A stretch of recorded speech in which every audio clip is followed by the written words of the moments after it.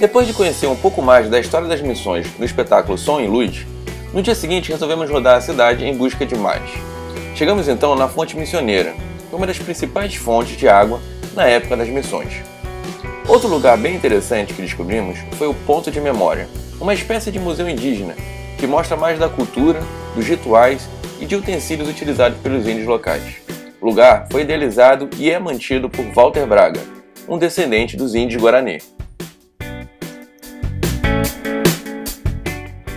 Seguindo para o interior da cidade, rodamos cerca de 15 km até a Fazenda da Laje, onde conhecemos Zelaine, mais conhecida como Mana. Sua família já mantém a fazenda há várias gerações, e ela recebe viajantes para mostrar como é a vida no campo numa fazenda produtora de leite.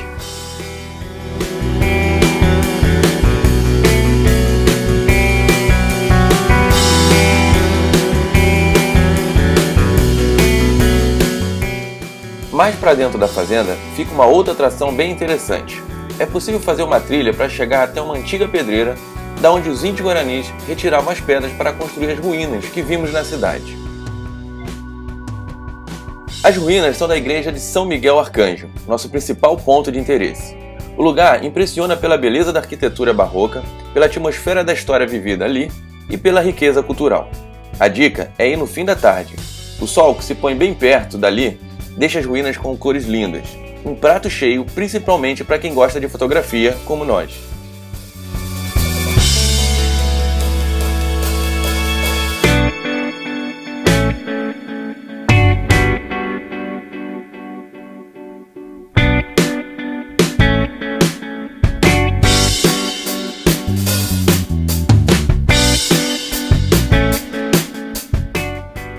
No dia seguinte, fomos até a cidade vizinha, Santo Ângelo. Nos encontramos com o professor José Roberto. Ele escreveu um livro que fala da importância da história missioneira e foi um dos principais responsáveis por estruturar o turismo cultural da região. Depois de apresentá-lo à Valentina, nos despedimos e preparamos nosso GPS, que nos ajudou a encontrar um caminho secundário e mais curto para ganharmos tempo. Nossa ideia era chegar ainda de dia no nosso próximo destino. Só o que não prevíamos é que teríamos uma pedra no meio do caminho.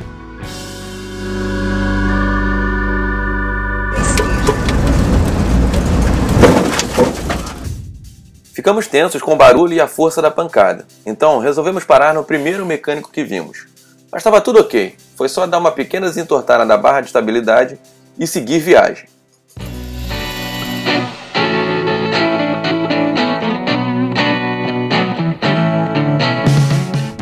Aproveitamos que ganhamos tempo cortando o caminho e descansamos na cidade de Tenente Portela, para só então no dia seguinte seguir. Descobrimos que perto dali, numa pequena cidade chamada Derrubadas, tinha um lugar incrível que teríamos que visitar. Era o Salto do Yucumã.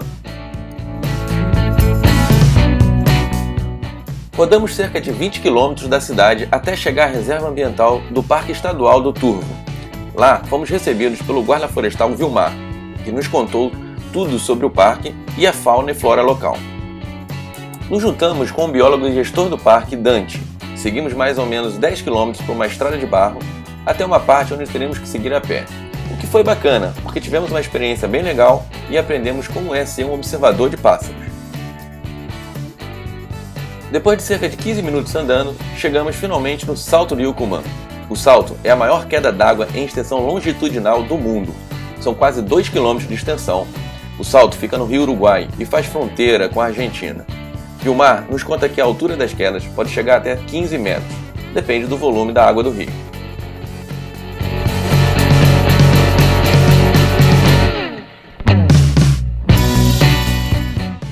Mas de repente, nossa conversa foi interrompida e começa uma correria. Vilmar viu um grande dourado. O peixe ficou preso nas pedras após a descida das águas. Esse aí deu sorte, encontrou conosco e ganhou uma forcinha para voltar para o rio.